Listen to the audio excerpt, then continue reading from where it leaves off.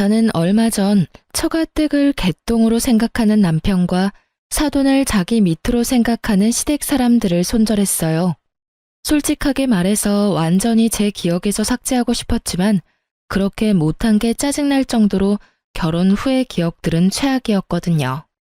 연인이 부부가 되었다가 최악보다 더 못한 사이가 된 이유는 바로 시댁과 큰 연관이 있었어요. 그리고 이 모든 건 상견례를 거치면서 이상해지기 시작했죠. 저와 남편은 지방에 사는 고향 친구였어요. 부모님까지 친하지는 않았던 그냥 얼굴만 알고 지냈던 같은 초등학교 친구였던 우리는 20대 후반의 다른 지역에서 만나 결혼까지 하게 된 경우였어요.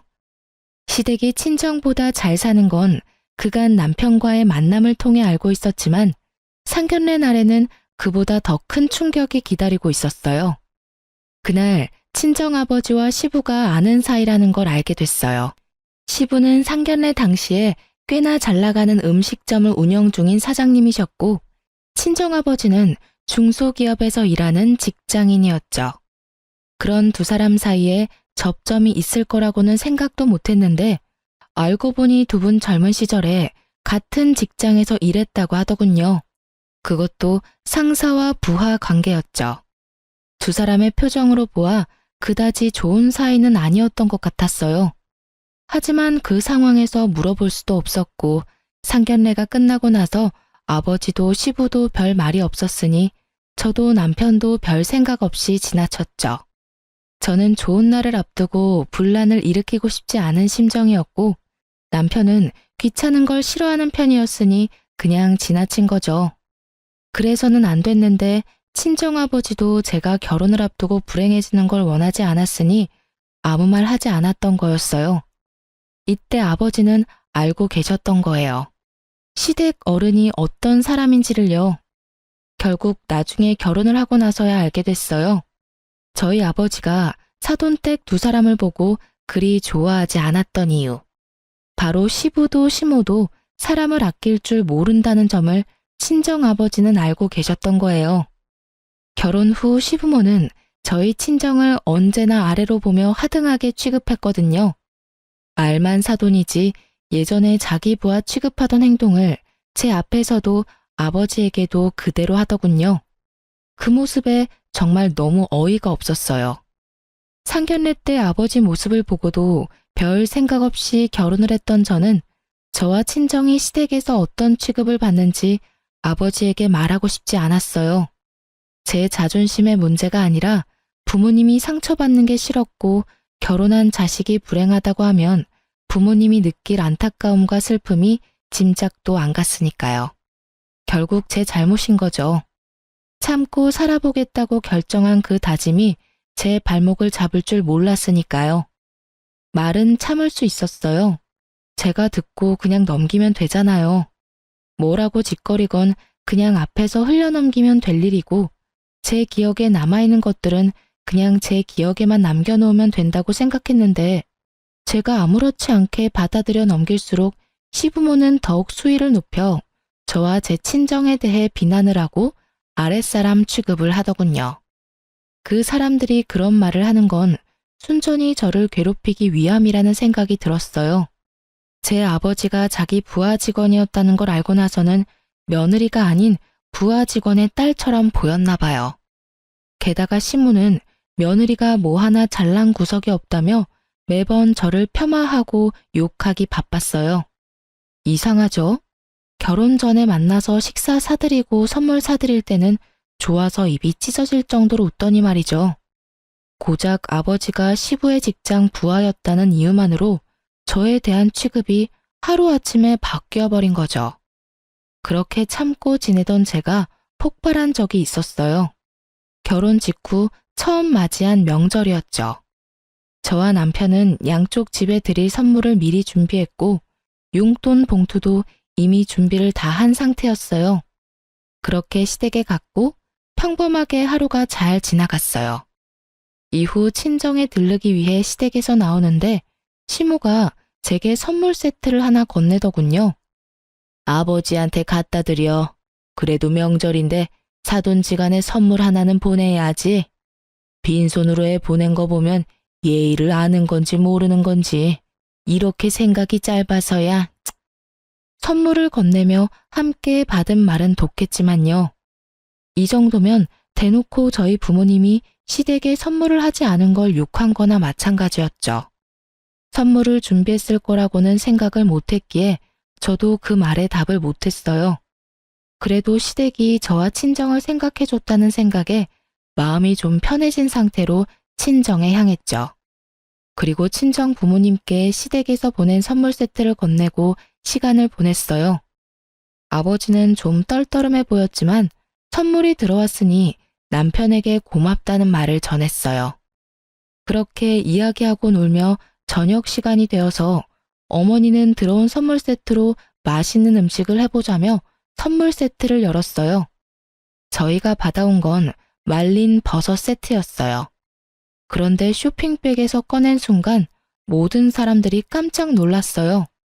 버섯 가득 곰팡이가 퍼져 있었거든요.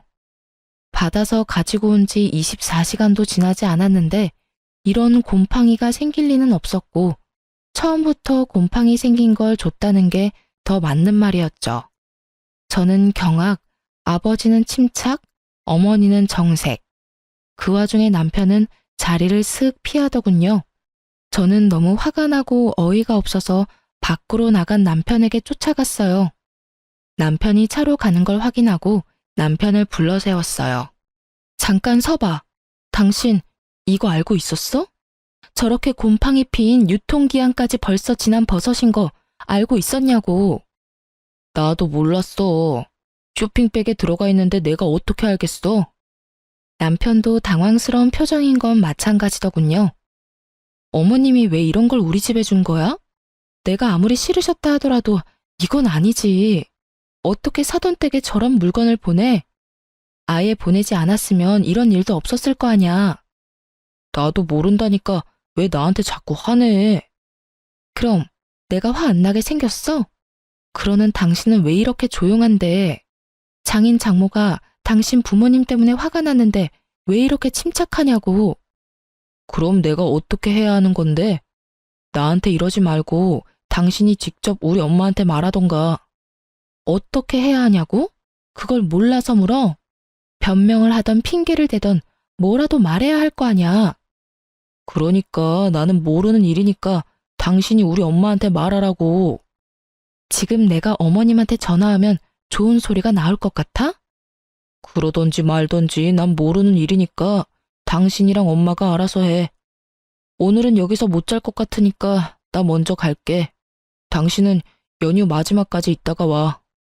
결국 남편 놈은 빛보다 빠르게 사라지더군요. 그 모습에 열이 더 받은 저는 참을 수 없는 마음에 시모에게 전화를 걸었어요. 어머님, 보내주신 선물 세트 잘 받았어요. 그런데 혹시 유통기한 지난 거 알고 있으셨어요? 말린 버섯의 유통기한이 어딨니? 너 설마 나한테 지금 따지는 거야? 이래서 챙겨주면 안 되는 거야.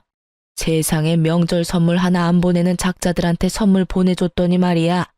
자기들이 보관 잘못해놓고 남 탓이나 하고 말이지.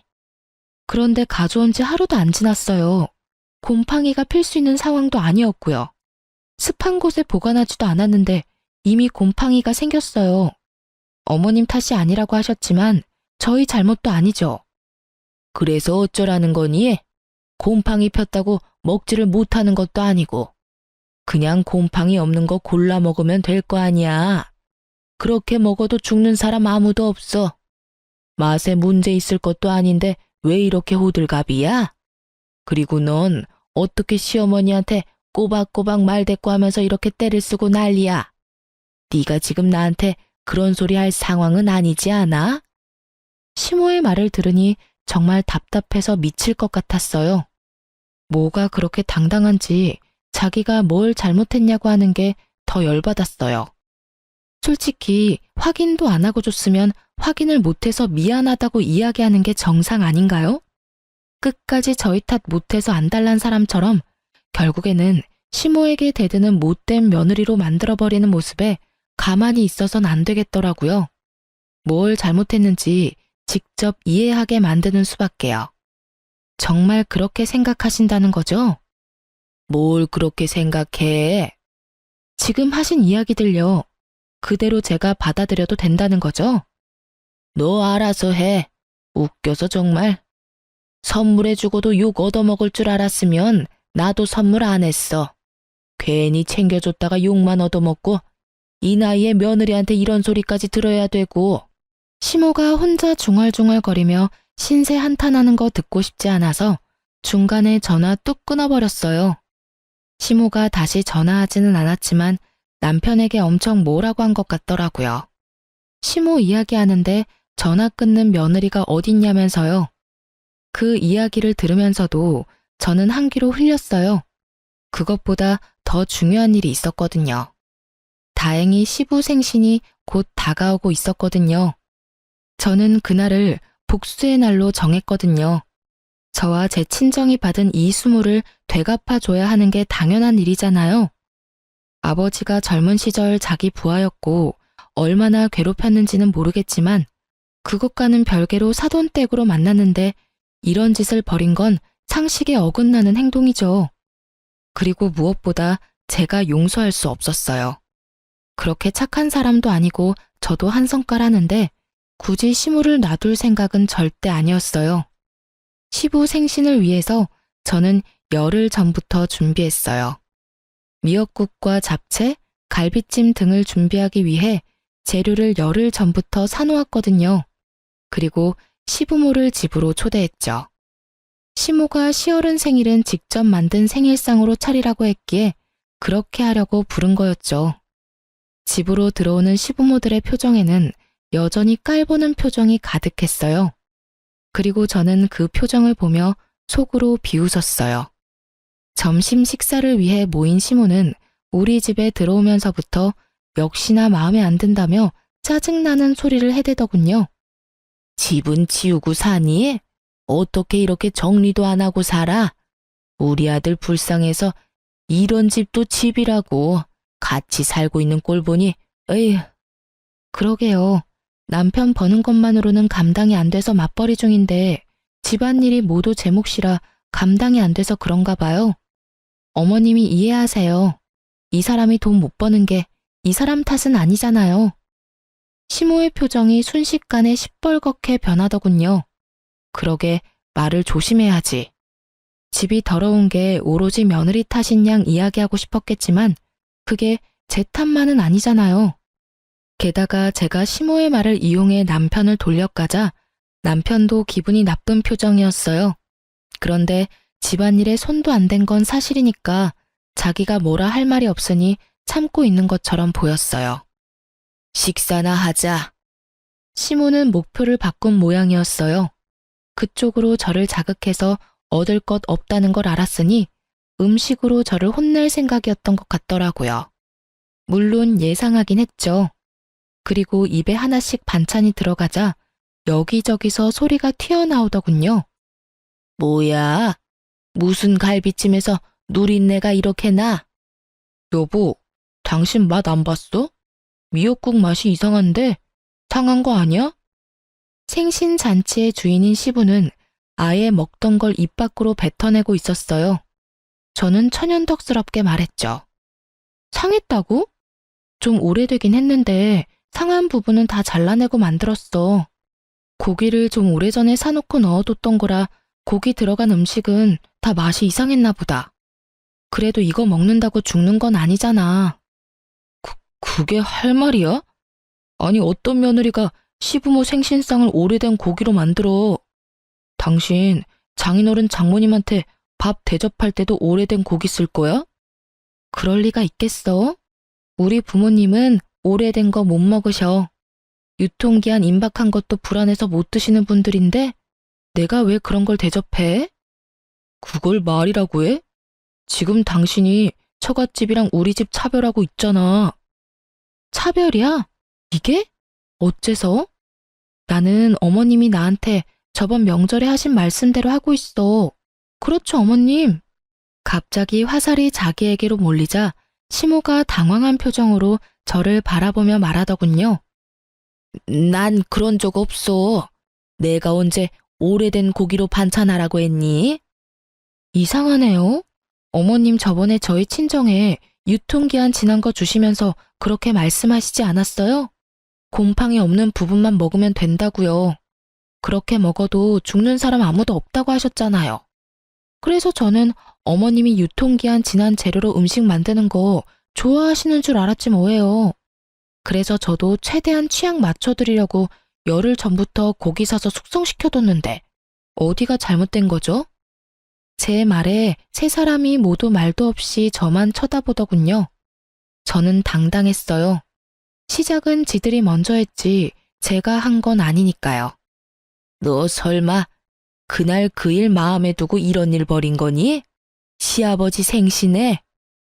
이런 일을 벌이다뇨. 어머님은 그때 우리 집에 곰팡이 핀 물건 주면서 일부러 당당하게 구신 건 아닐 거잖아요. 곰팡이 핀 물건이라도 소중한 거라고 생각하라고 말씀하신 게 어머님이시니까 저도 그 말 그대로 존중해 드린 거죠. 설마 이게 실례라고 말하지는 않으시겠죠? 그렇다면 그때 우리 집에 그런 물건 주신 건 어머님이 실례하신 일일 테니까요. 제 말에 시모는 아무 말도 못하고 버벅거리고 있더군요. 남편도 놀란 얼굴로 저를 쳐다보고요. 다들 그런 생각이 들었을 거예요. 눈앞에 있는 이 여자가 얼마나 집요하게 그때 일을 생각하고 이런 짓을 벌였을까 하고요. 실례라면 제가 사과드릴 수도 있어요.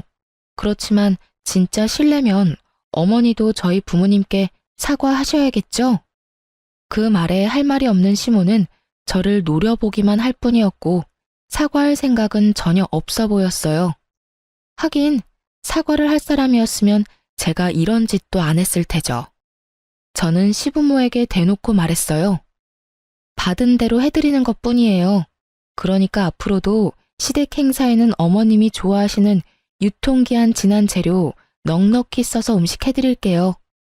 그 말에 남편은 난감한 표정이었고 시모는 분한 표정이었어요. 하지만 할 말이 없겠죠. 제가 틀린 말 한 건 아니잖아요. 그리고 다 뿌린 대로 거두는 거잖아요. 결국 그 일 이후로 시부모님은 저한테 음식을 하라고 말하지도 않고 물건을 저한테 주지도 않았어요.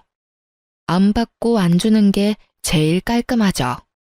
그런데 역시나 끝까지 저희 부모님께 사과는 안 하더라고요. 모가지가 얼마나 빳빳한지. 그 일이 있고 나서 저와 시부모는 이미 건널 수 없는 강을 건넌 것처럼 사이가 확실하게 나빠졌어요. 대놓고 저한테 뭐라고 하지는 않았지만 표정과 행동에서 보이는 것도 있잖아요. 그래도 저는 별로 신경 안 썼어요. 시댁이란 건 안 보면 그만이고 정말로 더 큰 일이 생기면 진짜 이혼해버려야겠다고 생각하고 있었거든요. 생각 외로 별탈 없이 시간이 지나면서 친정의 제 할아버지가 돌아가셨어요. 그리고 저희 친정아버지에게는 조부의 유산으로 땅이 하나 생겼죠. 별로 신경 안 쓰고 있던 땅이었는데 그 땅 주변이 예전보다 발전을 많이 하는 바람에 값이 예전보다 많이 올랐더라고요. 아무리 지방의 소도시라도 땅 평수가 작지 않으니 가격은 좀 됐어요. 친정아버지는 그 땅을 팔아 건물을 하나 사고 싶다고 했어요. 그곳보다 좀 더 번화한 곳에 있는 4층짜리 건물이요. 일단은 땅을 팔아야 했는데 땅을 팔자마자 시부에게서 아버지에게 연락이 왔어요. 잠깐 보자는 말이었죠. 저는 아버지와 함께 시부를 만나러 갔어요. 시부는 시모와 함께 나와 있었는데 대뜸 하는 말이 웃겼죠. 그래, 사돈. 내가 들어보니 얼마 전에 돈이 좀 생겼다던데 그거 투자할 생각 없나? 우리도 가게를 좀 더 번화한 곳으로 이전하고 싶은데 돈이 좀 모자랐거든. 우리들 사이이기도 하고 돈 좀 빌려주면 내가 나중에 더 크게 갚아줄 수 있는데 어때? 저는 시부의 그 말에 남편을 째려봤어요. 아버지가 땅을 팔아서 돈이 생겼다는 말을 남편에게만 했었는데 그걸 그대로 시부에게 가서 일러 바칠 줄은 몰랐거든요. 선배, 그건 못 들어드릴 것 같습니다. 저희는 그 돈으로 다른 걸 하려고 생각 중이라서요.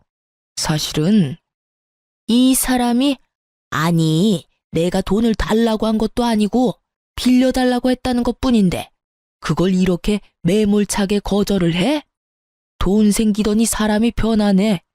이래서 졸부는 안 되는 거야. 돈 생기니까 봐라. 이제는 선배 취급도 안 해주잖아. 정말 너무하네요. 여태껏 저희가 며느리한테 부족하게 한 것도 없는데 겨우 돈 5천만 원 빌려달라는데 그걸 거절해요? 세상에. 이래서 사람 속 모른다고 염치가 없어도 유분수지. 별 볼 일 없는 며느리 들여서 고생하는 우리는 생각도 안 하고 자기들끼리 잘 살자고. 저와 친정까지 싸잡아 비난하는 시부모를 보는 저와 아버지는 정말로 당황했어요. 저희가 그 뒤에 꺼낼 이야기가 시부모에게 그리 나쁜 이야기는 아니었거든요. 그런데 그것도 모르고 거절의 말을 꺼내자마자 사람을 완전히 매도하는데 정말 답이 없다는 게 무슨 말인지 알겠더라고요. 결국 아버지도 열을 받았는지 조용하시던 분이 한마디 꺼냈죠. 돈 맡겨놨습니까? 아무리 사돈이라도 정도가 있는 법이지. 손에 칼만 안 들었다 뿐이지 완전 날강도 아니오. 결국은 친정아버지가 먼저 자리를 떴어요. 저와 남편은 중간에서 난감한 상황이었죠.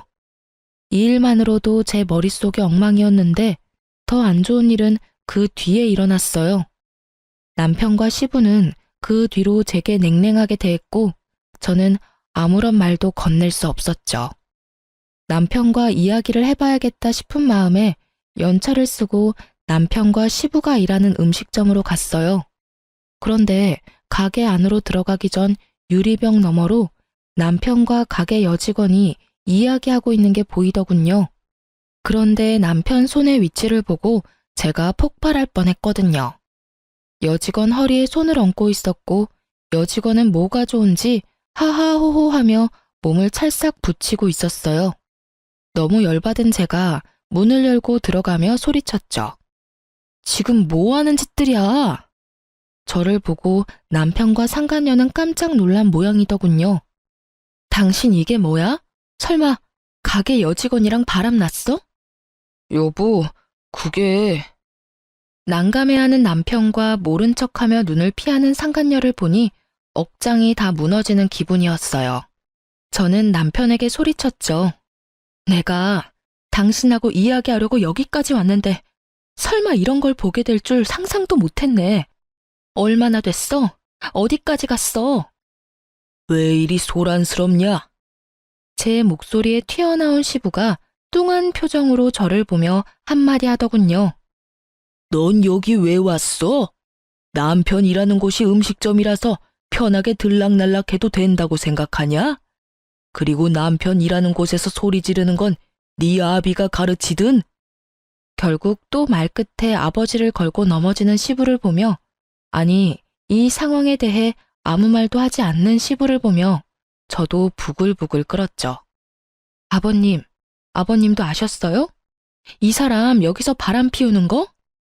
소리 지르지 말래도 바람을 피우든 뭘 하든 네가 뭔 상관이야.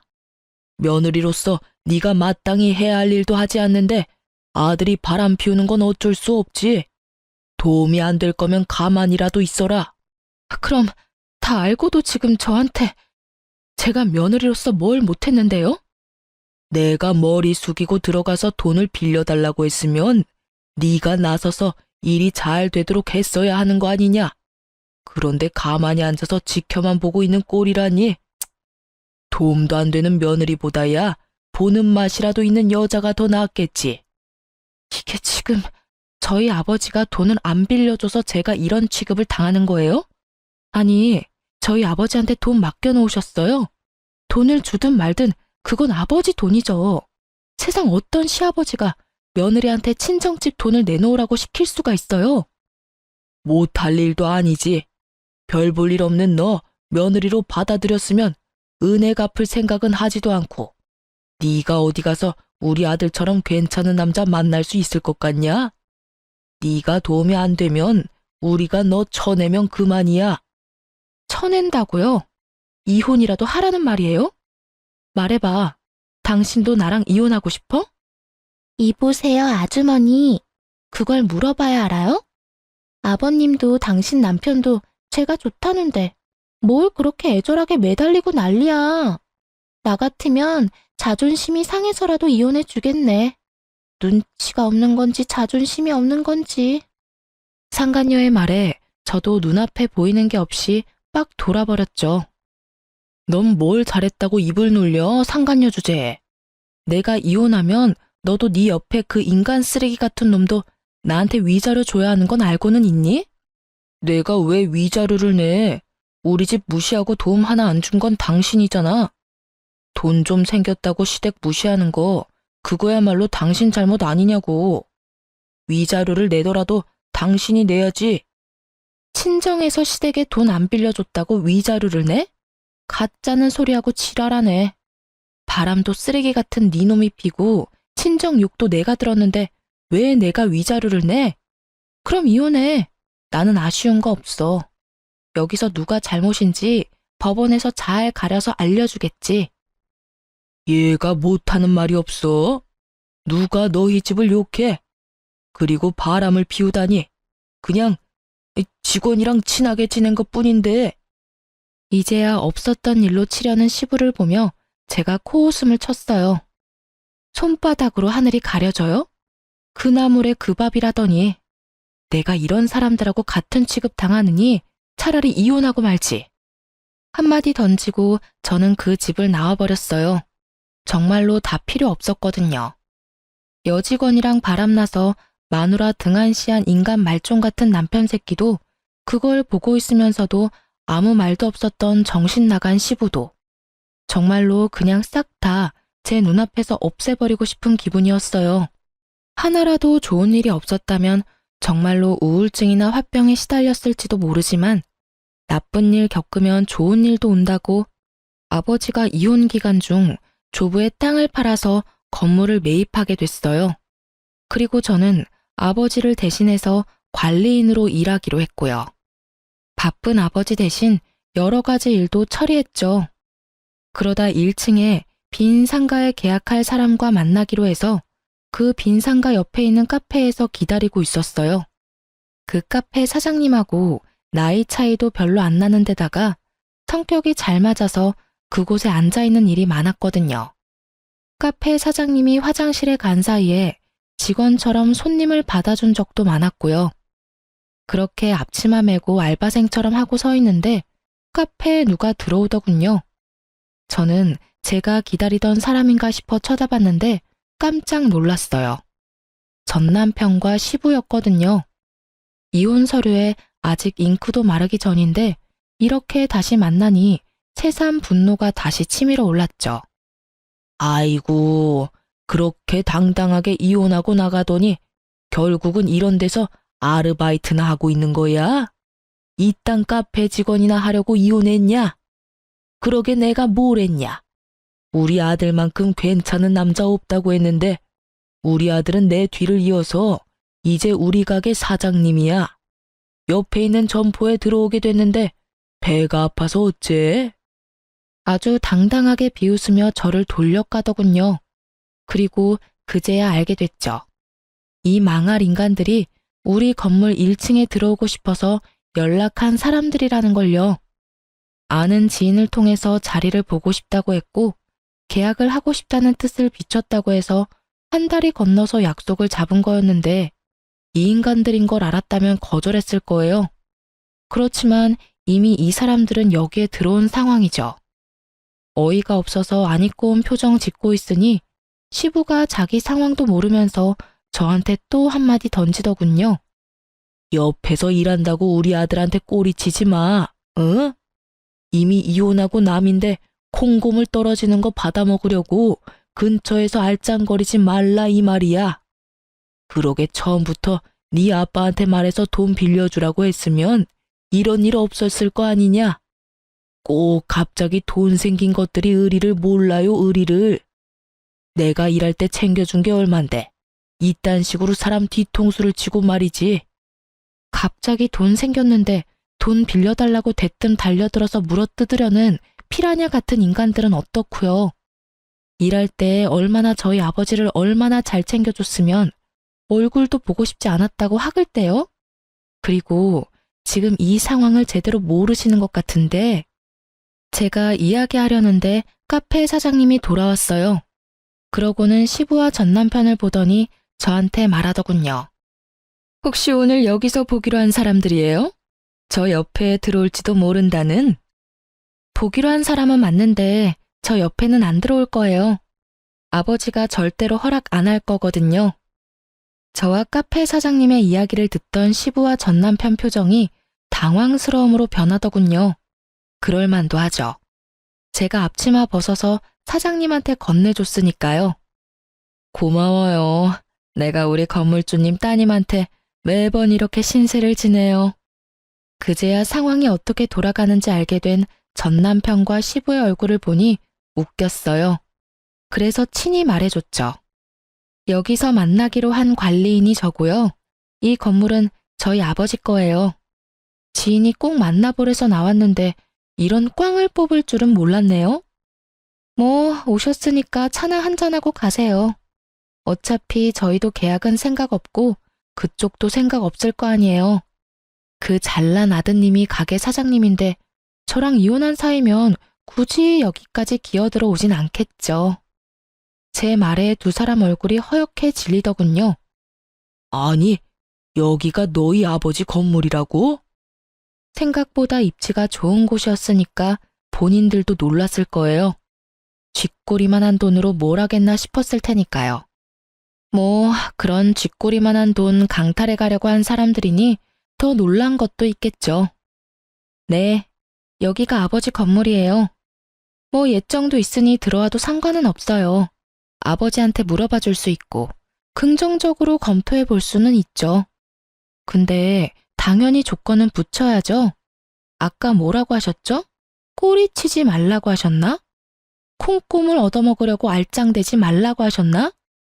뭐 언감생심, 눈에 보이면 없던 마음도 생긴다고. 제가 건물주 딸이고 여기 관리인이라고 예정 운운하면서 들러붙지만 마세요.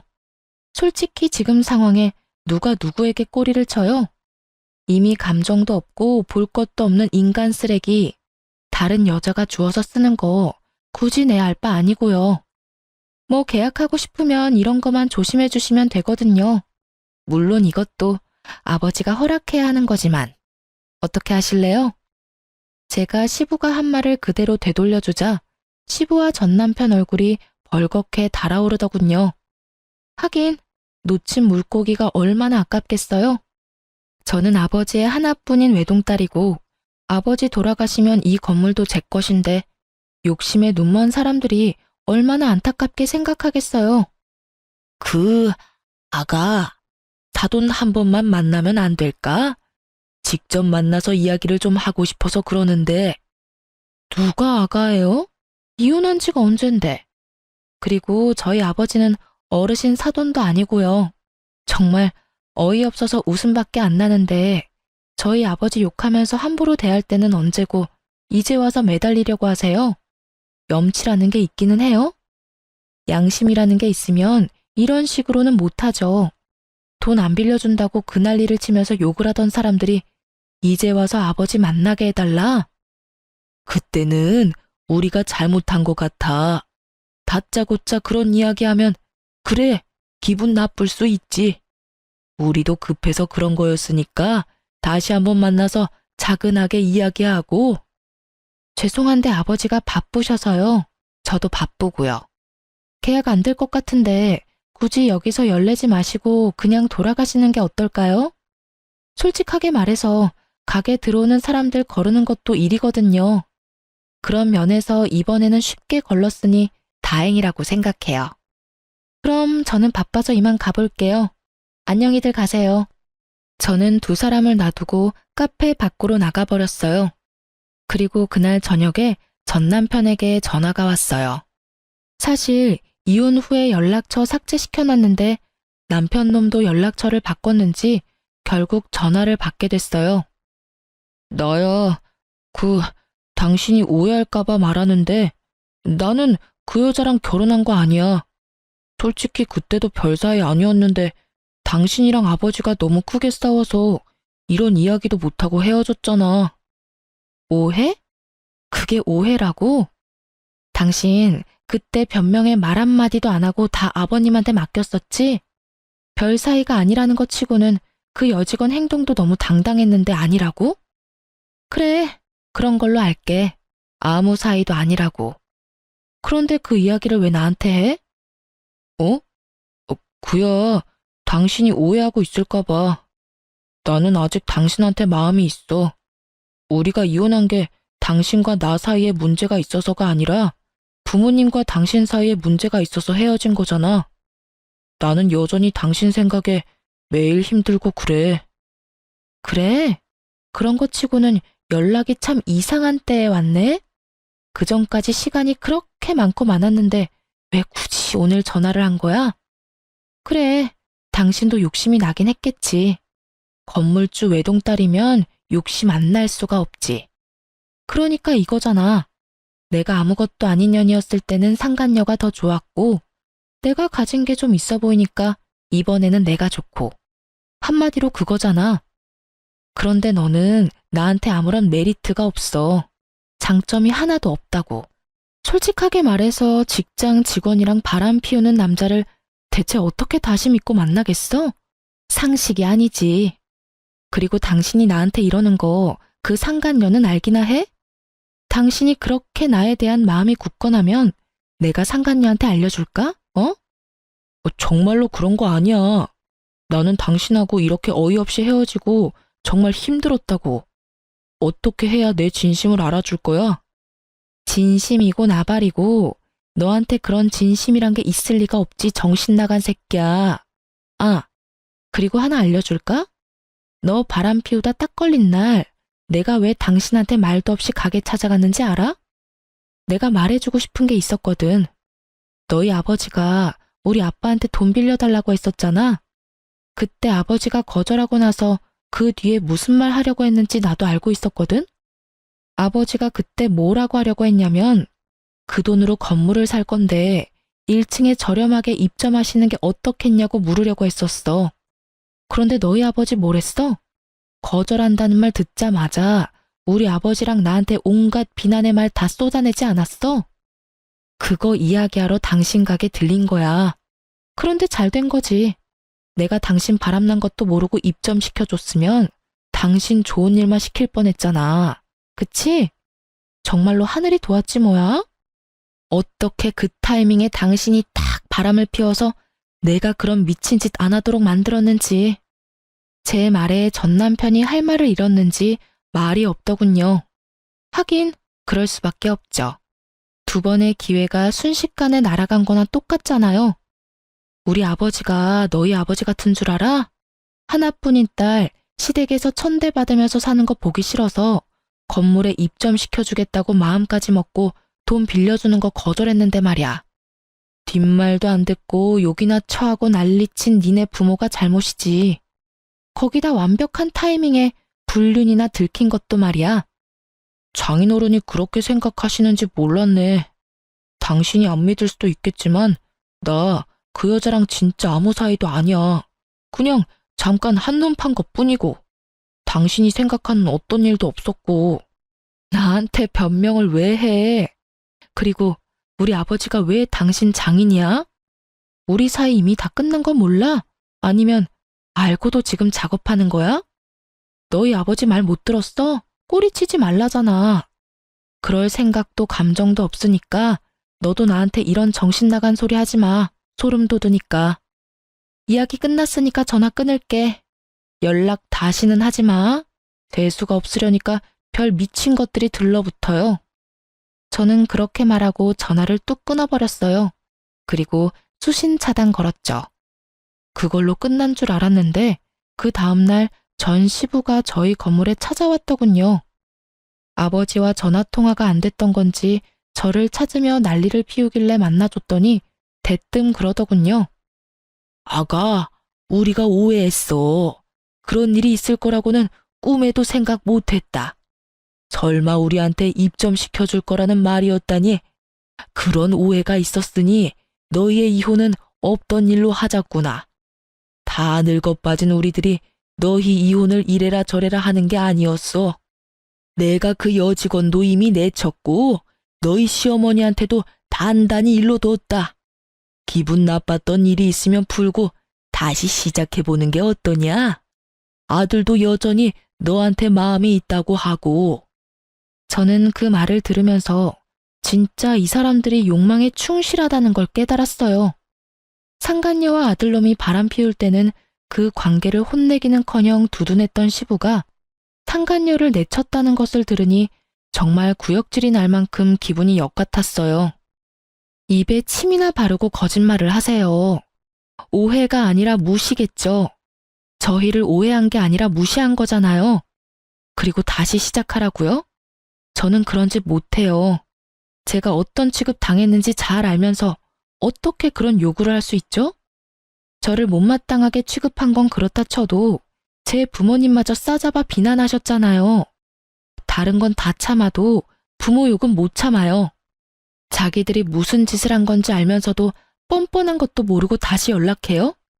우리가 받아줄 리 없잖아요. 아버지도 저도 당할 만큼 당했고 기분 나쁠 만큼 나빴어요. 이렇게 나중에 와서 아쉬운 소리 하면서 매달릴 거였다면 처음부터 처가를 존중하고 아껴줬어야죠. 아주 잡아먹을 것처럼 난리치던 날이 생각이 안 나는가 본데 당한 사람은 기억에 또렷하게 남아있는 법이거든요. 2번 다시 연락하지 마세요. 그 점포는 다른 사람에게 맡길 거니까요. 저는 다급하게 저를 부르는 시부의 목소리에도 시부를 내쫓았어요. 여기까지 와서 한다는 소리가 아휴, 정말 욕심이 하늘을 찌르더군요. 거짓말도 어쩜 저렇게 잘하는지. 카페에서 이미 저한테 빈정거리면서 저를 비꼬면서 비웃었던 주제에 하루 만에 태세 전환해서 연락 와서는 뭐요? 오해? 어처구니가 없어서. 이야기를 듣는 내내 이 인간들 가식에 험한 욕 내뱉고 싶었던 적이 한두 번이 아니었어요.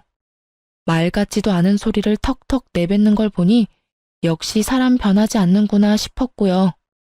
이날 있었던 일을 친정 아버지에게 이야기했더니 엄청나게 화를 내시더라고요. 사실 돈 빌려달라고 했을 때 정말 마음속으로 화를 엄청 내고 싶었다고 하더라고요. 그런데 참을 수밖에 없었던 이유는 화를 내면 제게 피해가 갈 거라고 생각했다고 하더군요. 그리고 1층을 싸게 내어주겠다는 제안도 시부 말이 끝나고 했어도 됐었지만 일부러 하지 않았다고 하더군요. 아버지는 알고 있었던 거예요. 시댁이 한번 잘해주면 영원히 들러붙어서 기생충처럼 저희를 괴롭힐 거라는 걸요. 그래서 시부가 욕할 때 차라리 잘 됐다고 생각했었대요. 저를 위해서 1층을 내어주려 했는데 예전과 전혀 바뀌지 않은 시부의 모습에 생각을 바꿨다고 말이죠. 그래서 제가 이혼했을 때도 차라리 잘 됐다고 말해줬어요. 제게 이혼녀라는 꼬리표가 달린 건 너무 싫지만 전 남편과 시부라는 또라이들에게서 둘러싸여서 괴롭힘 당하는 걸 보는 건 더 싫었다고요. 이혼은 신중해야 하는 것이고 되돌릴 수 없는 일이지만 세상에 되돌리지 않는 게 훨씬 나은 일도 있으니까요. 저처럼 말이죠. 정말 이혼 참 잘했다는 생각이 들어요. 처음부터 저런 본성을 알고 있었다면 아예 시작조차 하지 않았을 테지만 그건 제가 알 길은 없으니 지금이라도 헤어진 게 다행일 수밖에 없죠. 예전에 저처럼 고민하는 사람들이 있다면 말해주고 싶네요. 헤어지는 걸 두려워하지 말라고요. 천벌 받을 놈은 받게 돼 있고 뿌린 대로 다 거두게 되어 있으니 굳이 스스로를 힘들게 하지 마시고요. 좋은 일, 즐거운 일만 하기에도 짧은 시간인데 저를 괴롭히는 사람들에게 할애할 시간 같은 거 아예 없애버리는 게 차라리 정신 건강에 좋으니까요. 저도 그런 마음으로 열심히 제 인생을 풍부하게 만들려고 노력하며 살고 있어요. 그리고 그 노력이 결실을 맺어 이렇게 사연글도 쓰고 있는 거겠죠. 지금까지 들어주신 분들 모두 감사합니다. 행복하세요.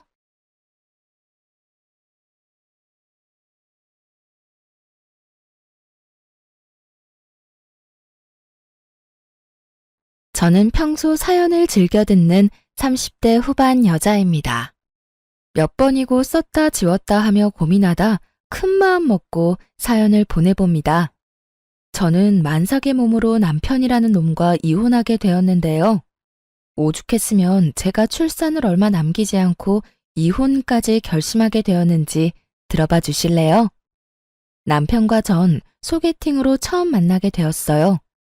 처음 남편이 그렇게까지 제 마음에 쏙 든 건 아니었는데 예의상 몇 번 식사 자리를 가시다 보니 점점 마음이 가더라고요. 그렇게 시작된 연애가 1년이 되고 2년이 되고 3년이 되었어요. 자기야, 우리 이제 연애 그만할까? 뭐? 갑자기 그게 무슨 말이야? 헤어지자는 말이야? 아니, 이제 연애 그만하고 결혼하자고. 나 자기랑 이제 한 집에서 살고 싶어. 고민이 되더라고요. 남편을 사랑하는 건 맞지만 그때까진 결혼 생각이 크지 않았던 터라 이렇게 결혼해야 하는 것이 맞는 것일지 하는 생각이 들었어요. 저의 그런 고민을 눈치챈 남편은 앞으로 더 잘할 테니 자신을 믿어달라고 하더군요. 그 뒤론 남편은 저에게 정말 헌신적으로 잘해주었고 전 살면서 이렇게 저를 아껴주고 사랑해주는 남자가 또 있을까? 하는 생각이 들더라고요. 결국 전 남편의 프로포즈를 승낙했고 그렇게 저흰 결혼하게 되었어요.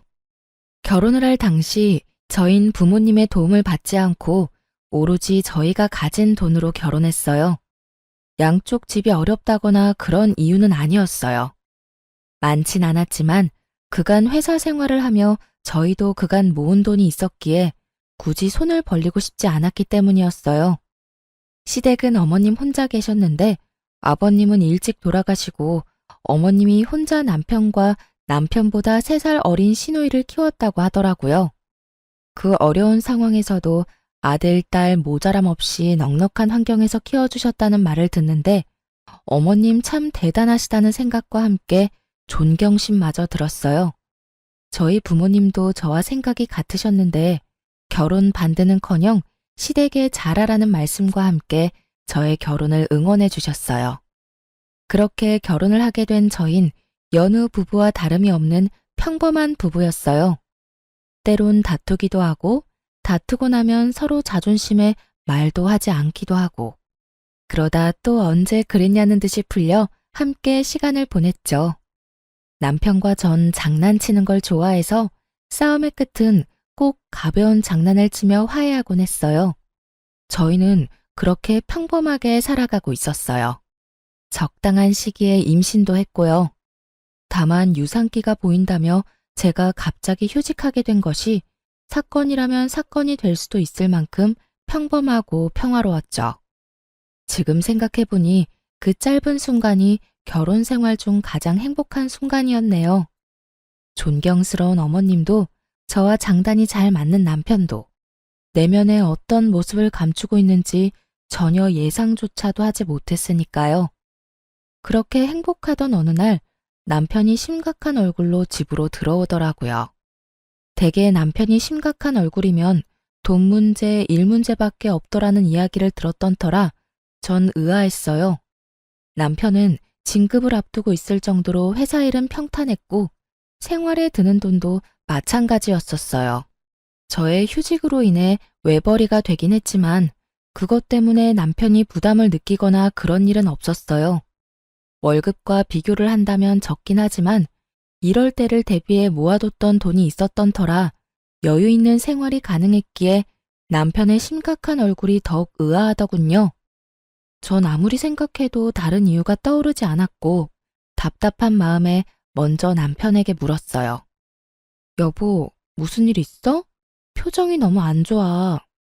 그게 집에 일이 좀 생겼어.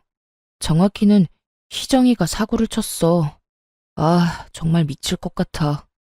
아가씨가? 왜? 무슨 일인데? 주식을 하다가 일을 냈다네. 그냥 주식에 투자해서 까먹은 거면 그나마 다행인데 신용까지 써서 했는데 그 종목이 완전히 하락했나 봐. 그래서 강제 청산이란 걸 당했다고 하더라고. 그거 갚으려고 대출 내고 또 본전 생각나서 대출 내고 그렇게 해서 결국 다 잃었다나 봐. 빚만 남았다는데 그 금액이 꽤 크더라고. 남편의 표정이 어두웠던 이유는 다름 아닌 남편의 동생 시누이 때문이었어요. 그때 당시 주식에 대해선 전혀 알지 못하는 저도 주식시장이 좋지 않다는 것 정도는 알고 있었는데 하필 이럴 때 왜 주식을 한 것인지 저로서는 이해가 되지 않았어요. 거기다 신용까지 썼다니 탄식이 나오더군요.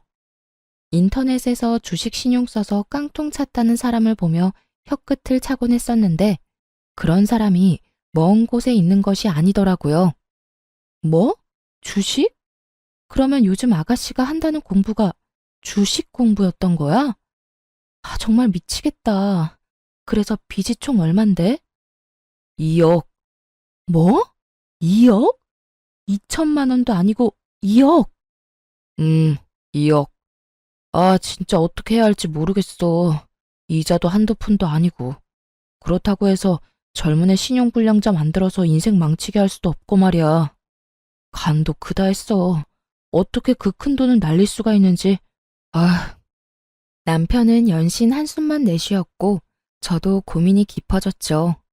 제가 알기론 어머님도 하시던 일을 다 접으시고 그간 모아두셨던 돈으로 생활하시던 터라 상황이 좋지 않은 것으로 알고 있었기에 해결 방안도 없다는 사실을 잘 알고 있었기 때문이에요. 그렇다고 저희에게도 그 큰 돈이 있을 리가 없었고 저희가 대출을 내서 아가씨의 대출을 막아주는 건 더 말도 안 되는 것이기에 정말 도저히 방법이 보이지 않더군요. 집안엔 한숨만이 가득했고 누구도 섣불리 말을 꺼내지 못하고 있을 때였죠. 오늘 장인어른 생신이잖아. 일단 가자. 지금 출발해도 늦어. 아니야, 당신은 오늘 그냥 집에 있어. 나 혼자 다녀올게. 에이, 그런 게 어디 있어. 아무리 상황이 이래도 장인어른 생신인데. 가서 얼굴 뵙고 축하해드려야지. 얼른 가자. 저의 만류에도 남편은 기어코 저를 따라 나서더군요. 참 고마웠어요. 만약 입장을 바꿔 저였다면 어머님의 생신을 챙겨드릴 정신 따윈 없었을 것 같았으니까요. 그렇게 남편은 친정에 함께 갔고 아무렇지 않은 척하려고 노력하는 것 같았지만 부모님의 눈을 속일 순 없었어요. 언뜻 보이는 남편의 어두운 표정을 보신 부모님은 식사 자리가 끝나자 기다렸다는 듯 물으시더라고요.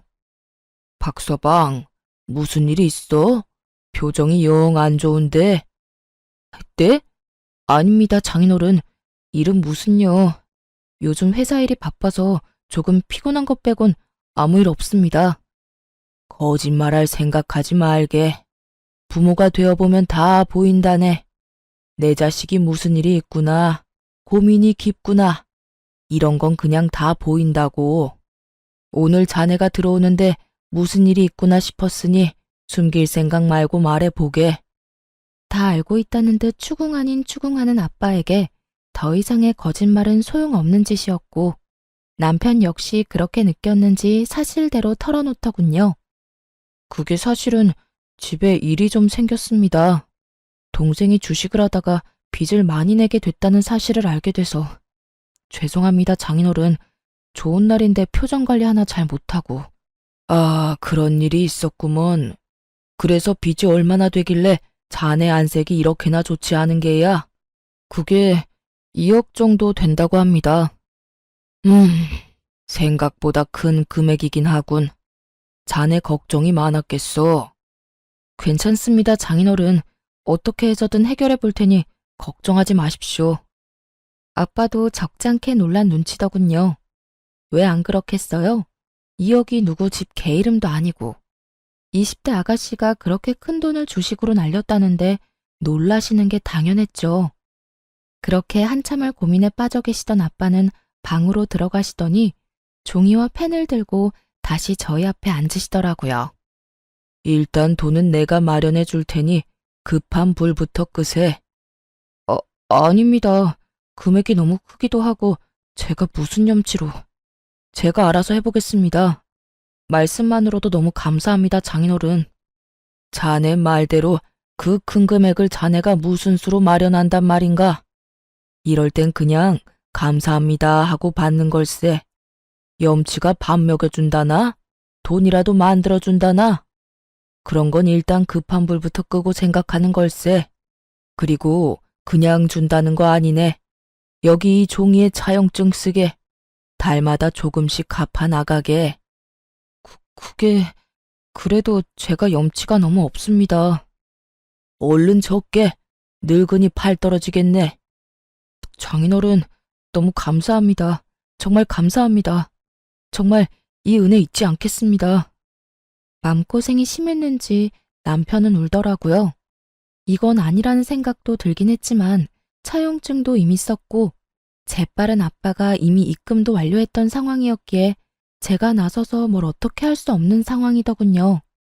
상황도 그랬지만 재차 감사하다며 우는 남편을 보니 안쓰럽기도 해 괜히 입대지 말고 남편을 믿어보기로 했어요.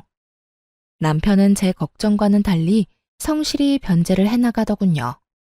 저에게도 더 잘해주고요.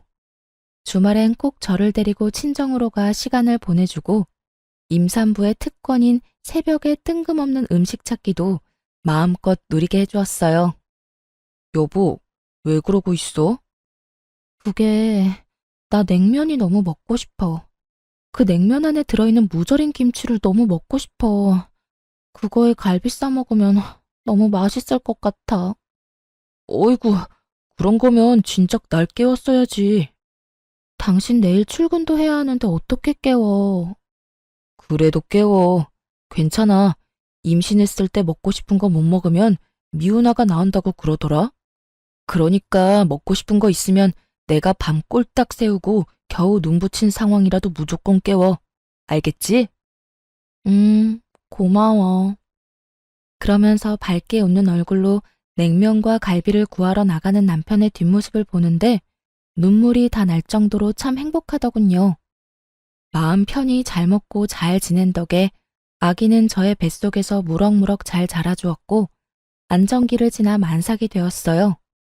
그렇게 5개월이 지났고 전 출산을 앞두고 있었습니다. 출산 경험이 있으신 분들이면 다들 아시다시피 그맘때쯤엔 다들 출산 가방을 몇 번씩 쌌다가 풀었다가 하시잖아요. 저도 마찬가지였어요. 여기저기 검색을 해보고 필요하다 싶은 물건을 고르고 골라 가방을 싸고 있었죠. 현관문 열리는 소리에 시계를 보니 벌써 남편 퇴근 시간이 되었더라고요.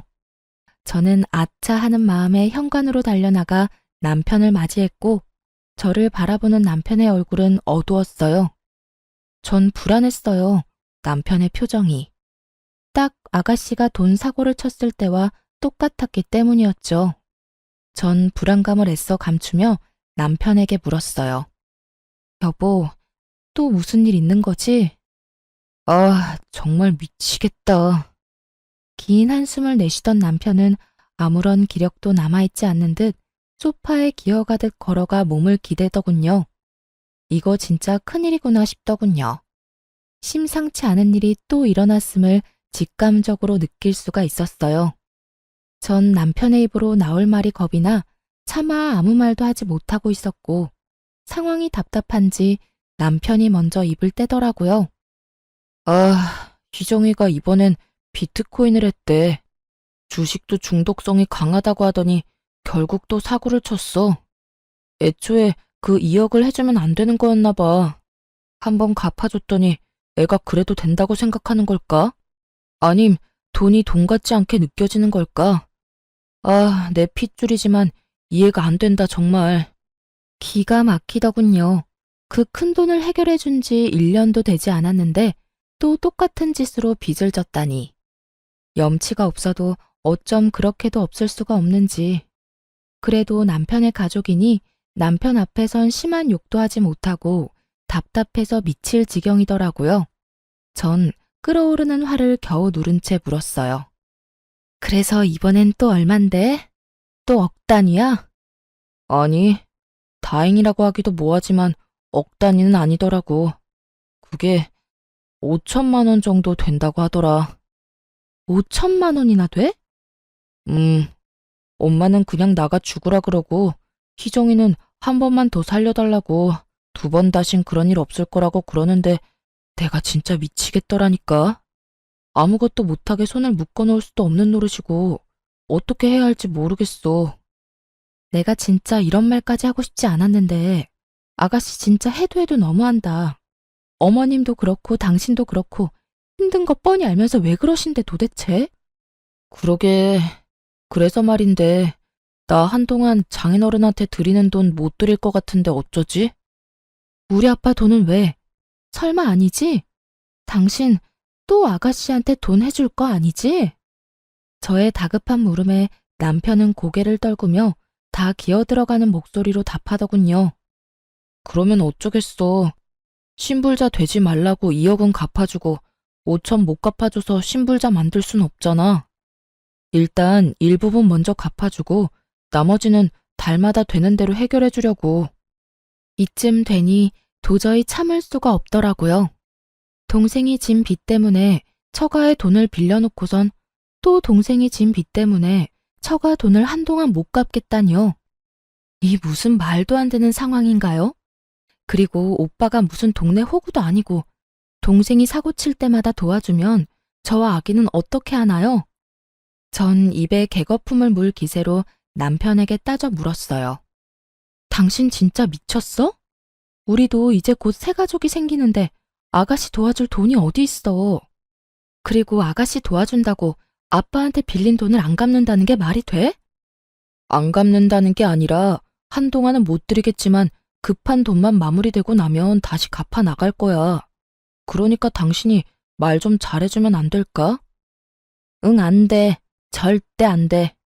아가씨를 돕든 어머니를 돕든 그건 당신 마음이지만 무슨 일이 있어도 우리 아빠 돈은 빼먹지 말고 갚아. 난 분명하게 말했다. 아, 알겠어. 남편은 서운한 티를 팍팍 냈지만 전 양보할 수 없었어요.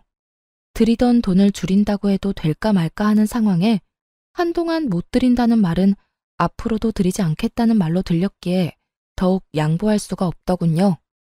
이때 이혼을 했었더라면 그 더러운 꼴은 보지 않아도 됐을 텐데. 이때까지 저는 남편을 사랑했고 다른 문제도 아닌 아가씨 돈 문제 때문에 이혼할 생각은 없었기에 이 고비만 잘 넘기면 다시 평화가 찾아올 거라 믿어 의심치 않았어요. 하지만 제가 바라고 기대하던 그 평화는 찾아오지 않았어요. 다른 방법을 찾아보겠다고 한 남편은 결국 방법을 찾지 못했는지 아빠에게 돈을 드리지 않았더군요. 이 사실을 알게 된 과정도 참 기가 막혔어요. 전 아무래도 남편에게 너무 냉정하게 말을 한 것 같아 제가 가지고 있던 돈이라도 좀 보태주려고 돈을 보내드렸냐고 물었어요. 여보, 오늘 그날이잖아. 아빠한테 입금해줬어? 어? 당연하지. 겨우겨우 맞춰서 입금해드렸어. 걱정하지 마. 그래? 알겠어. 아가씨 일은 어떻게 할지 같이 잘 생각해보자. 알겠어. 남편의 적잖게 당황하는 모습과 대화를 피하는 모습이 수상하더라고요. 그래서 전 남편이 출근하고 난 뒤 엄마에게 전화를 걸었고 엄마에게서 입금이 되지 않았다는 말을 듣게 되었던 것이었어요. 더는 남편과 해결할 문제가 아니라는 생각이 들었고 바로 시댁으로 찾아갔어요. 시댁은 주택이었는데 무슨 일인지 대문이 열려 있길래 벨을 누르지 않고 그냥 들어갔고 마당에서 현관으로 걸어가는데 현관도 열린 것인지 집안의 대화 소리가 들리더군요. 대화의 주인공은 어머님과 시누이였는데 두 사람은 싸우고 있는 듯 했어요. 언성은 높았고 그 높고 큰 목소리 덕분에 두 사람의 대화가 더욱 잘 들렸어요. 엄마, 그냥 엄마가 돈 좀 해줘. 나 진짜 다시는 돈 사고 안 친다니까. 진짜 앞으론 절대 이런 일 없을 거야. 그러니까 나 한 번만 좀 살려줘. 이거 사. 엄마가 돈이 어디 있어? 요즘 엄마도 일 다 접고 집에서 쉬는 거 알아 몰라? 없긴 왜 없어? 이 집 있잖아. 이게 진짜 미쳤나 봐. 달랑 하나 남은 집으로 네 빚이나 갚아달라는 말이야? 딱 5천만 원만 해주면 되잖아. 집 담보 대출 받아서 좀 해결해줘. 너 진짜 미쳤어? 엄마는 딸보다 이딴 집이 더 중요해? 나 진짜 이러다 신용불량자 된다고. 하나뿐인 딸이 신용불량자 되면 엄마는 좋을 것 같아? 상견례 때부터 철이 없다 싶더니 시누이의 뻔뻔한 말을 듣고 있자니 저 미친 딸을 살려둔 어머님이 대단하다는 생각마저 들더군요. 아무래도 오늘은 날이 아닌 것 같아 돌아서는 순간 어머님의 대답이 제 발길을 멈추게 했어요. 기다려봐 이거사. 네 오빠가 처가에서 또 돈 받아온다고 했으니까. 2억도 해줬는데 그깟 5천 못 해주겠어? 그 말을 어떻게 믿어? 그러다가 새언니가 알게 되면 어떡해. 이번엔 네 새언니 모르게 혼자 가서 받아온다고 했으니까 일단 기다려보자. 어찌됐든 이 집은 절대로 못 건드리니까 그런 줄 알아. 이건 엄마 노후 자금이라고. 만약에 또 빌려온다 쳐. 그 돈을 또 언제 다 갚아. 그냥 엄마가 좀 해주면 안 돼? 네가 갚을 것도 아니면서 뭘 그런 걱정까지 하니? 그리고 그 돈을 설마 다 받겠어? 그냥 성의 표시로 몇 달 갚다 보면 인제 그만 갚으라고 하겠지. 혹시라도 그런 말 없으면 처가 가서 힘든 척 좀 하라고 하면 돼. 이제 애도 나오겠다. 자기 딸 힘들어질 게 뻔한데 그 돈을 다 받겠어? 그러니까 넌 앞으로 다신 주식, 코인 이런 거 할 생각도 하지 마. 알겠어? 정말 가관이었습니다. 애초에 갚을 생각도 없었다는 것도 기가 막히는데 또 친정에 빌붙을 생각이었다니 대화를 들으면 들을수록 모녀 사이가 맞는구나 싶더군요. 뻔뻔하기가 어쩜 그렇게나 똑같은지 웃음이 다 나더라고요. 만삭배를 해서 두 사람과 싸우기가 그랬던 전 일단 집으로 돌아왔어요. 뱃속의 아기만 아니었다면 당장 그 집구석에 들어가 다 엎어놨겠지만 혹시나 하는 마음이 드니 행동이 신중해지더라고요. 남편도 어머님과 같은 생각인지 궁금했고 일단 상황을 지켜보기로 했죠. 집으로 돌아온 저는 다시 생각에 빠져들었고 다시 생각해도 기가 막히더군요. 어떤 뇌구조를 가지고 있으면 저런 해결책을 찾을 수가 있는 건지. 아니, 애초에 그것이 해결책이라곤 할 순 있는 건가요? 그건 그냥 떠넘기는 거 아닌가요? 그것도 사돈한테 말이죠. 심지어 어머님이 대출된다는 사실도 놀라웠어요. 처음 시누이가 돈 사고를 쳤을 당시 입만 떼면 요즘 힘들다고 하는 어머님을 보며 상황이 아주 좋지 않아 대출이 불가능하다고 생각했는데 애초에 어머님은 대출할 생각도 없었다는 사실을 알게 되자 더욱 그 뇌구조가 궁금하더군요. 지금 일어나는 모든 상황 자체가 상식적이지 않았고 이 상식적이지 않은 상황을 정리해야만 하겠더라고요. 일단 남편이 어디까지 알고 있는 것인지가 중요했어요. 정황상 남편도 어머님과 한통속인 듯 했지만 혹시 모르는 만일이라는 것도 있기에 확실히 남편의 의중을 확인했어야 했죠. 정확히 확인해야만 남편과 이혼할지 아니면 시댁과의 연만 끊을지 결정되는 문제이기에 신중해야 했습니다. 무엇보다 뱃속에 아기도 있으니 더욱 신중에 신중을 더해야 했어요. 제가 생각에 빠져있는 사이 남편은 퇴근하고 돌아왔고 전 남편에게 아무것도 모르는 척 물어봤어요. 여보, 내가 혹시 몰라서 엄마한테 물어봤는데 요즘 우리 친정도 힘들다네? 생활비도 모자라는 상황인가 봐. 그래서 하는 말인데 어머님 지금 사는 집도 작아잖아. 거기 담보대출 받는 건 어때? 그 정도 집이면 5천 정도는 그냥 나오지 않아? 제 말에 남편은 눈에 보이게 움찔하더군요. 그 모습만으로도 남편의 의중을 알기에 부족함이 없었고 그 뒤로 남편의 입에서 흘러나오는 말들은 더욱 저에게 확신을 심어주었습니다. 그게 그 집은 엄마 노후 자금인데 건드리기가 좀 그렇잖아. 우리도 이제 아기 태어나고 나면 더 도와드리기 힘들 테고. 나중 생각하면 그 집은 건드리면 안 되겠다 싶더라고. 입을 확 찢어버리고 싶은 마음을 겨우 누르고선 남편에게 따지듯 되물었어요. 그게 말이 돼? 당신한테 빌려준 2억도 우리 아빠 엄마 노후 자금이었어. 그 돈은 받아가서 갚지도 못하고 있는데 어머님 집은 노후 자금이라서 안 된다? 그런 논리가 도대체 어디 있어? 심지어 아가씨 일이잖아. 우리 엄마 아빠는 자기 자식도 아닌 아가씨 빚 갚는다고 노후 자금 다 내놓은 판국에 일이 또 이렇게 됐으면 당연히 어머님이 나서야 할 때 아니야? 아니, 늦어도 한참 늦으셨지. 사실 2억도 우리 부모님이 아니라 어머님이 해주셨어야 했어. 내 말이 틀려? 최대한 언성은 높이지 않으려고 노력했는데 말하다 보니 저도 모르게 점점 언성이 높아지더라고요. 그런 제 모습이 남편도 거슬렸는지 급발진하며 막말을 쏟아내기 시작하더군요. 당신 지금 그까지 돈 좀 당신 친정에서 받아왔다고 유세 떨어? 그까지 푼돈으로 유세 좀 떨지 마. 보고 있기 역겨우니까. 뭐라고? 역겹다니. 당신 어떻게 나한테 그런 말을 할 수가 있어? 당신 지금 완전히 다른 사람 같은 거 알아? 당신이 날 이렇게 만들잖아. 그리고 자꾸 이런 식으로 굴면 앞으로 절대 그 돈 안 갚을 수가 있으니까 알아서 해. 알겠어? 당신 진짜 웃긴다. 돈 빌려갈 땐 고맙다고 눈물까지 흘리면서 그 은혜 잊지 않는다고 하더니 이게 은혜 잊지 않겠다던 사람이 할 태도야. 돈을 안 갚는다고? 그걸 지금 말이라고 해? 그럼 말이지 방귀야? 임신했다고 오냐오냐 했더니 남편 무서운 줄 모르고 뭐? 논리? 어디서 논리를 운운하고 있어? 급발진해서 저보다도 더 언성을 높여대던 남편은 가쁜 숨을 한 차례 고르더니 더욱 충격적인 말을 하더군요. 당신 배불러서 이혼당하고 싶지 않으면 알아서 잘해. 무슨 말인지 알지? 이번에도 친정에서 5천만 원 받아오란 이 말이야. 생활비가 없든 노후 자금이 없든 난 모르겠고 무슨 일이 있어도 5천 만들어서 가지고 와. 알겠어? 그러게 좋게 대해줄 때 알아서 길 것이지 꼭 사람을 나쁘게 만들고 있어.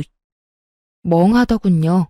제가 들은 말이 진짜 현실이 맞는 것인지, 이 말들이 진짜 내 남편의 입에서 나온 말이 맞는 것인지, 한참을 멍하게 그 자리에 서 있었고 정신을 차려보니 남편 놈은 거실 욕실에서 씻고 있더라고요. 참 가당치도 않았어요. 시댁 인간들이 그따위 내구조를 가지고 있을 때 알아봤어야 했는데 남편 놈도 그 인간들이 별반 다르지 않은 인간이더라고요. 하긴 그 핏줄이 어디 가겠어요? 그 와중에 입고 출근했던 양복은 욕실 앞에 뱀 허물과 다름이 없는 꼴로 벗어났는데 전 저도 모르게 몸부터 움직여 그 양복을 집어들었어요. 치워야겠다는 이런 생각 따윈 없었는데 왜 그 양복을 집어든 것인지 아직도 모르겠지만 어찌되었든 전 양복 상의를 집어들었고 그 순간 상의 주머니에서 종이가 떨어지더라고요. 떨어진 종이는 다름 아닌 차용증이었어요. 분명 친정에 있어야 하는 차용증인데 왜 남편 옷에서 나오는 것인지 그 이유는 전화 한 통으로 가뿐히 알 수 있었어요. 여보세요? 딸, 이 시간에 웬일이야? 무슨 일 있어? 아니, 일은 없는데 물어볼 게 있어서 혹시 박서방 집에 들린 적 있어? 며칠 전에 내 음식 생각나서 왔다면서 점심시간에 왔더라고.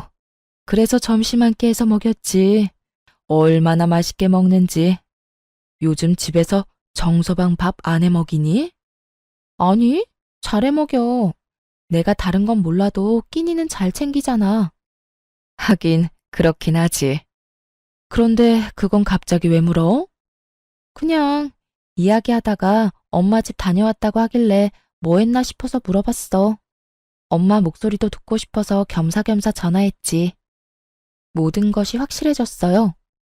남편 놈은 엄마가 혼자 있는 시간을 노리고 친정에 가서 차용증을 몰래 가지고 나온 것이었어요. 그리곤 그렇게 생각했겠죠. 이제 차용증이 없으니 최악의 경우 그 돈은 갚지 않아도 되겠다 하고요. 뭘 믿고 저렇게도 당당하나 싶었더니 믿는 구석이 고작 차용증이라니. 굴린다고 굴린 머리가 이리도 멍청하다는 사실이 놀랍기까지 했어요. 놀라우면서도 이런 남자를 믿고 결혼하고 임신까지 한 저 자신이 다 한심스러워지더라고요. 남편의 구역질나는 의중도 잘 알았겠다. 전 더는 망설일 필요가 없었어요. 남편은 제가 만삭이고 곧 아기도 태어날 것이니 아기를 생각해 이혼은 할 수 없어 돈은 마련해 오겠지 하고 생각한 모양인데 절 몰라도 한참 몰랐네요. 전 태어날 아기를 위해서도 이 인간 같지도 않은 기생충 같은 놈과 살 생각이 전혀 없었어요. 그렇게 전 이혼을 위한 준비를 차곡차곡 해나갔습니다. 이혼 전문 변호사를 만나 상담도 하고 부모님께 이혼할 것이라는 말씀도 드렸어요. 처음에는 많이 놀라셨지만 충분히 상황을 설명해드리니 두 분 다 하루라도 빨리 이혼하라고 해주시며 아기는 걱정하지 말라는 말씀까지 해주시더라고요. 그렇게 모든 준비를 마친 전 남편 퇴근 시간에 맞춰 부모님께 집으로 와달라고 부탁을 드렸어요. 제가 모르는 남편의 또 다른 거친 모습이 있을 수도 있기에 혹시나 하는 마음으로 부탁을 드린 것이었죠. 부모님은 흔쾌히 집으로 오셨고 전 안방에서 조금만 계셔달라고 부탁을 드렸어요. 아빠가 화가 많이 난 상태였는데 제가 일단 조금만 기다려달라고 하니 애써 화를 누르셨어요. 그렇게 모든 준비는 끝났고 이제 남편 놈만 기다렸죠. 30분쯤 지났을까요? 아무것도 모르는 남편이 집으로 들어오더라고요. 신발을 벗고 거실에 들어서는 남편 앞을 막고 차용증을 내밀며 물었어요. 이게 왜 당신 손에 있어? 또 무얼 가지고 시비질이냐는 듯 잔뜩 찌푸린 남편의 표정은 순식간에 아연실색이 되더군요. 당신이 이걸 어떻게 이리 내놓지 못해? 말까지 더듬으며 당황하던 남편은 저에게서 차용증을 뺏어가더니 제가 보는 앞에서 찢어버리더라고요. 그 모습이 얼마나 천박한지 그 순간 내가 이런 남자를 왜 사랑했나 싶었어요. A4 용지의 차용증을 손톱 크기로 찢어버린 남편은 저에게 화를 내기 시작했습니다. 그야말로 아무 말 대잔치를 하는 남편을 보는데 정말 뻔뻔하기가 그지없더라고요. 내 옷 뒤졌어? 너 이거 범죄야. 너 이거 도둑질이라고 이 도둑년아. 지금 나보고 도둑년이라고 했어? 애초에 이게 네 손에 있는 것 자체가 이상한 일 아니야? 그래서 뭐 어쩌자고. 네가 뭘 알았든 니까짓게 할 수 있는 거라도 있어? 할 수 있는 거? 있지. 할 수 있는 게 한두 가지가 아닌데 그중 제일 급한 게 이거인 것 같네. 우리 이혼하자. 저의 이혼 통보에 남편은 가소롭다는 듯 저를 보며 비웃더라고요. 그런 남편을 보며 저 역시 비웃어 주었어요. 웃어? 지금 네가 웃을 때야? 잘 생각해, 이 멍청한 여자야. 네가 지금 네가 어떤 상황인지 잘 모르는 것 같은데 너 조금 있으면 출산해. 곧 내 자식을 낳아야 한다고. 그럼 어떻게 해야겠어? 어떻게 하긴 너 같은 놈이랑 이혼하고 혼자 순산하면 되지. 아니지. 지금 나랑 이혼하면 너만 손해야. 알겠어? 너 애 혼자 키울 자신 있어. 난 미리 말하는데 우리 이혼하면 애 키울 생각 없어. 그러니까 꼴에 자존심 부린다고 후회할 짓 하지 말고 내가 저번에 말했듯이 친정 가서 돈이나 받아와. 깔끔하게 5천만 원만 받아오면 내가 다 용서하고 너랑 다시 살아줄게. 물론 애한테 잘할 거야. 아무렴 내 핏줄인데 잘해야지. 남편의 말을 듣고 있는데 이놈의 따귀를 때려줘야 하나 머리채를 잡아야 하나 정말 오만 생각이 다 들더군요. 뱃속의 아기도 잊은 채 저놈을 어떻게 뜯어놔야 제 분이 풀릴까 하는 고민에 빠진 그때 제가 준비한 무대에 또 다른 주인공이 집으로 들어오더라고요. 그건 바로 어머님이었어요. 사연에 나오는 대부분의 시무가 그러하듯 어머님 역시 벨 따윈 누르지 않고 당당히 비밀번호를 누르고 들어오시더군요. 남들이 봤다면 어머님 집이라는 착각이 들 정도의 당당함에 참 어이가 없더라고요. 넌 임신한 게 유세구나. 이 시간에 어른을 오라가라. 말 한마디로 움직이게나 하고 말이다. 그래, 네 말대로 네 남편 퇴근 시간 맞춰서 내가 왔다. 무슨 할 말씩이나 있어서 이 시간에 오라고 한 게야? 어머님은 어른인 자신을 저희 집으로 오라고 한 것에 불만이 큰 듯 저를 매섭게 쏘아보며 말하더군요. 전 그런 어머님의 눈을 피하지 않고 대답해 드렸어요. 저 이 사람이랑 이혼하려고요. 이혼? 너 어디 아프니? 갑자기 무슨 이혼을 한단 말이야? 내가 아는 그 이혼 맞니? 네, 그 이혼 맞아요. 사실 제가 며칠 전에 어머님 댁에 갔다가 들어선 안 될 이야기를 좀 들었거든요. 너 이제 하다 몰래 남의 대화도 엿듣니? 정말 수준하고는. 그래, 말 나왔으니 드러나 보자. 무슨 이야기를 들었길래 이 밤중에 사람을 오라가라 했는지 말이나 해보려무나. 아, 그게요. 어머님이랑 아가씨가 나누는 대화였는데 제가 수준 낮게 굳이 엿듣지 않아도 어찌나 크게도 이야기하시는지 마당에서도 다 들리던데요. 그 돈 무서운 줄 모르는 아가씨는 어머님께 집 담보대출을 해서라도 돈 내놓으라고 난리였고 어머님은 집은 절대 못 건드린다며 저희 친정에서 네 오빠가 돈 받아올 테니 기다리라고 하시더라고요. 제가 그 이야기를 듣는데 기가 막혀서 한참을 웃었지 뭐예요. 제가 여기 이 자리에서 분명하게 정리해 드릴 테니 잘 들으세요. 너도 잘 듣고. 전 절대 저희 친정에서 5천만 원은커녕 10원도 더 받아올 생각도 없을 뿐더러 앞전에 빌려드린 2억도 1원 한 푼 빼지 않고 다 받아낼 거예요. 아, 그리고 위자료까지 두둑하게 받아내고 이혼할 예정이니 미리 돈이나 준비해 두세요. 어머님 집 담보대출 지금 받으시면 되시겠네요.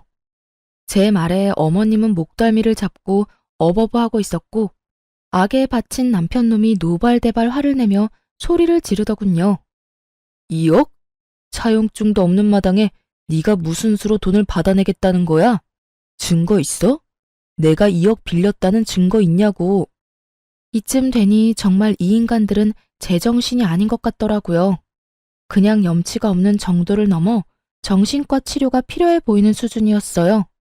돈과 엮이면 전혀 다른 사람이 되는 사람들이 있다더니 제 가까운 곳에 그것도 지금까진 가족인 사람이 그런 사람이었다니. 참 놀랍기도 하고 무섭기도 하더라고요. 거의 이성이 마비된 듯한 남편의 모습에 제가 흠칫하는 사이 모든 대화를 듣고 있던 아빠가 위험을 감지하셨는지 안방 문을 거칠게 열고 나오셨어요. 아빠는 그 어느 때보다 화가 나 계셨고 아빠를 발견한 남편은 사색이 되어버리더군요. 그랬겠죠. 저희 아빠 직업 군인을 오래 하시다 사회로 나오셔서 건설 쪽에서도 오래 계셨거든요. 직급이 꽤 높았음에도 불구하고 현장을 워낙 좋아하셔서 현장에서 몸을 많이 쓰셨던 터라 몸이 아직 군인 시절 몸 그대로였어요. 거기에다 성격도 불같은 면이 있으신 걸 누구보다 남편도 잘 알고 있었으니 잘못 걸렸다 싶었을 거예요. 이러한 아빠의 성정을 모르는 어머님은 떨고 있는 남편 대신 목소리를 높이기 시작하더군요. 사돈도 계셨군요. 잘 됐네요. 사돈, 글쎄 이 꼴을 보세요. 배는 저만큼 불러서는 사돈 딸 하는 짓거리 좀 보시라고요. 이 시간에 어른을 오라가라 한 것도 기가 막히는데 돈 빌려준 유세도 모자라서 이혼까지 운운하네요. 제가 웬만하면 참아보려고 했는데 저딴 말도 안 되는 말을 말이라고 짓거리는데 도저히 못 참겠네요. 가만히 있지 마시고 얼른 저 물건 홍구멍 좀 내세요. 어머니 말을 가만히 듣고 있던 아빠는 저를 보며 혼을 내기 시작하더라고요. 그 꾸중이 어머님이 요구하는 꾸중과는 달라도 한참 달랐지만요. 너는 내가 그렇게 가르쳤어? 그래, 넌 혼 좀 나야 해. 아주 눈물 쏙 빠지게 혼내셔야 해요. 내가 몇 번이고 말하지 않았느냐. 이럴 땐 욕을 하거나 욕을 하기 힘든 상황이면 침이라도 뱉으라고. 내 그리 똑똑히 가르쳤거늘. 하여튼 너는 마음이 그리도 약해서는 딸아, 이럴 땐 어른 대접도 해줄 필요가 없단다. 어른이 어른다워야 어른 대접을 받을 자격이 생기는 거야. 이런 것들은 짐승만도 못한 것들이라 그냥 똑같이 대해주면 돼. 알겠어? 사돈, 지금 말 다 하셨어요? 아, 이제 보니 이 물건이 사돈을 똑 닮아 이렇게 앞뒤 분간 못하고 말을 막 하는 거였네요. 그 어렵다는 사돈한테 뭐요? 짐승? 기가 막혀서 네 그냥 넘어가지 않을 겁니다. 사돈딸, 내가 아주 피가 마를 때까지 괴롭혀 줄 거란 이 말이에요. 이혼 생각도 하지 마세요. 안 해주면 그만인 이혼 누구 좋으라고 이혼한답니까?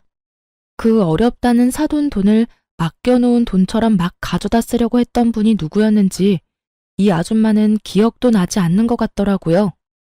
뻔뻔한 어머님의 말을 듣고 있던 아빠는 도저히 참을 수가 없는지 참았던 화를 버럭 내셨어요. 그 입 못 다물어? 가당치도 않게 지금 어디서 큰 소리야? 그리고 감히 지금 내 앞에서 누굴 괴롭힌다고? 내 웬만해서 한땐 가족이었던 사람들이라 참으려고 했는데 모자간에 사이좋게 지금 당장 콩밥 먹게 해줘? 우리가 콩밥을 왜 먹어? 우리가 뭘 잘못했다고? 몰라서 묻나? 아, 이걸 아직 안 보여줬네. 그러니 그렇게 목소리가 크지. 우선 이거부터 보고 다시 이야기라는 것을 해볼까? 아빠는 손에 쥐고 계시던 차용증 원본을 내밀었어요. 그래요. 사실 아까 남편이 찢은 차용증은 복사본이었고 원본은 아빠가 가지고 계셨던 것이었어요. 차용증이 남아있음을 안 어머님은 얼굴이 사색이 되어 아무 말도 하지 못하더군요. 그런 어머님을 보며 아빠는 긴 숨을 내쉬며 흥분을 가라앉히고 그래도 최대한 예의를 갖추고 말하려고 노력하시더라고요. 내가 이런 날이 올 줄 알고 그랬던 건 아니었는데 혹시나 하는 마음에 바로 공증이라는 걸 받아놨어요. 그리고 굳이 이 차용증이 아니더라도 입금 내역이 고스란히 남아있는데 어찌 그리 않지 앞도 모르고 그렇게 행동할 수 있는 것인지. 차용증을 자세히 읽어보긴 했는지 모르겠지만 사돈, 여기 이런 조항이 있습니다. 갑이 원할 시엔 이자까지 쳐서 무조건 일시불 상환을 한다. 전 일시불 상환을 원하고 기한은 넉넉하게 일주일 드리죠. 들어보니 집 담보대출 가능하다고 하던데 서류만 잘 갖추면 하루만 해도 대출은 가능하니 제법 여유로우실 겁니다. 아빠의 단호한 태도에 남편과 어머님은 그제서야 무릎까지 꿇고 싹싹 빌기 시작하더군요. 닭똥 같은 눈물까지 흘리면서요. 아이고, 사돈, 이러는 법이 어디 있습니까? 갑자기 그 큰 돈을 어디서 구한다는 말입니까? 네, 장인어른, 그렇게 큰 돈 저희 집에선 나올 구멍이 없습니다. 제가 오죽하면 처가에 손을 벌렸겠습니까? 제발 한 번만 용서해 주십시오. 담보대출 받으라고 방금 말하지 않았나?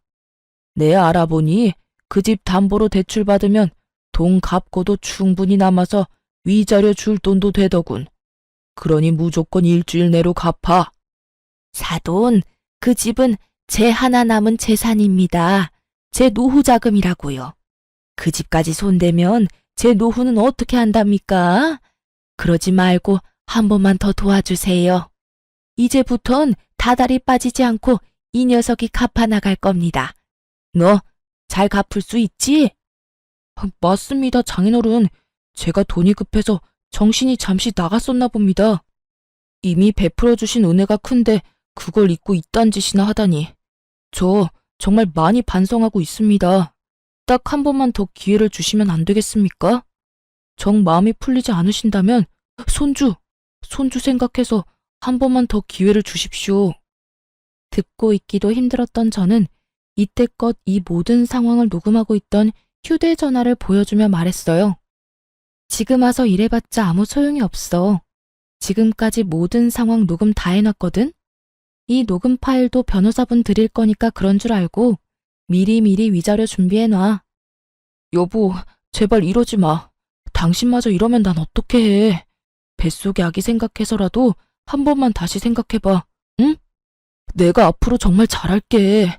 이런 일 있기 전까진 우리 정말 좋았잖아. 당신이 원하면 나 우리 집에 다신 상관 안 하고 남남처럼 살 수도 있어. 그러니까 한 번만 다시 생각해봐. 몇 번을 다시 생각해봐도 내 결심은 바뀌지 않으니까 그런 줄 알고 위자료 준비해놔. 애 걱정하지 말고. 그렇게 말한 전 부모님과 함께 친정으로 갔고 친정에서 이혼을 진행하게 되었어요. 부모님께는 그런 모습을 보여 죄송했지만 혼자였다면 꽤 많이 힘들었을 이혼 소송이 부모님 울타리 안에 있으니 그래도 견딜만 하더라고요. 남편은 끝까지 구질구질하게 시간을 끌었고 저의 비싼 변호사님 덕분에 생각했던 것보단 빨리 승소하게 되었어요. 그렇게 전 이혼을 하게 되었고 위자료도 생각했던 것보다 많이 받았어요. 물론 부모님의 피 같은 돈도 이자까지 쳐서 다 돌려받았고요. 제 위자료와 부모님의 돈은 결국 전 시모의 집을 처분해 주더라고요. 왜 굳이 처분을 했을까 하고 궁금했는데 동네 분들께 전해 들은 말론 그 사이 전 시누이가 또 사고를 쳤다고 하더군요. 대출로는 충당이 안 되는 금액이라 집을 처분했어야만 했고 전셋집은커녕 월세집으로 이사를 했다고 했어요. 그 말을 듣는데 월세집까지 털어먹어야 그 손가락이 멈추려나 하는 생각이 들더군요. 그것이 마지막으로 그 인간들의 소식은 들을 수가 없었어요. 굳이 듣고 싶지도 않았고요. 이혼하고 난 뒤 2주일 정도 지났을 때 전 출산을 했어요. 정말 하늘이 노랗게 변한다고 하더니 전 노랗다 못해 하늘 볼 정신도 없더라고요. 아, 정말 이러다 큰일 나겠구나 하는 순간 아기가 세상 밖으로 나왔고 전 딸아이를 품에 안게 되었습니다. 그때 처음 든 생각이 다른 것도 아닌 엄마도 이렇게 힘들었을까? 였어요. 말로만 듣던 출산을 직접 하고 나니 정말 엄마가 대단하다는 생각밖에 들진 않더군요. 그렇게 제가 철이 들게 만들어준 딸은 4.5kg로 아주 건강한 딸이었고 자연분만을 한 저 자신을 뿌듯하게까지 느끼게 해주는 우량아였어요. 출산을 무사히 마친 전 친정에서 부모님과 함께 지내며 육아를 하고 있어요.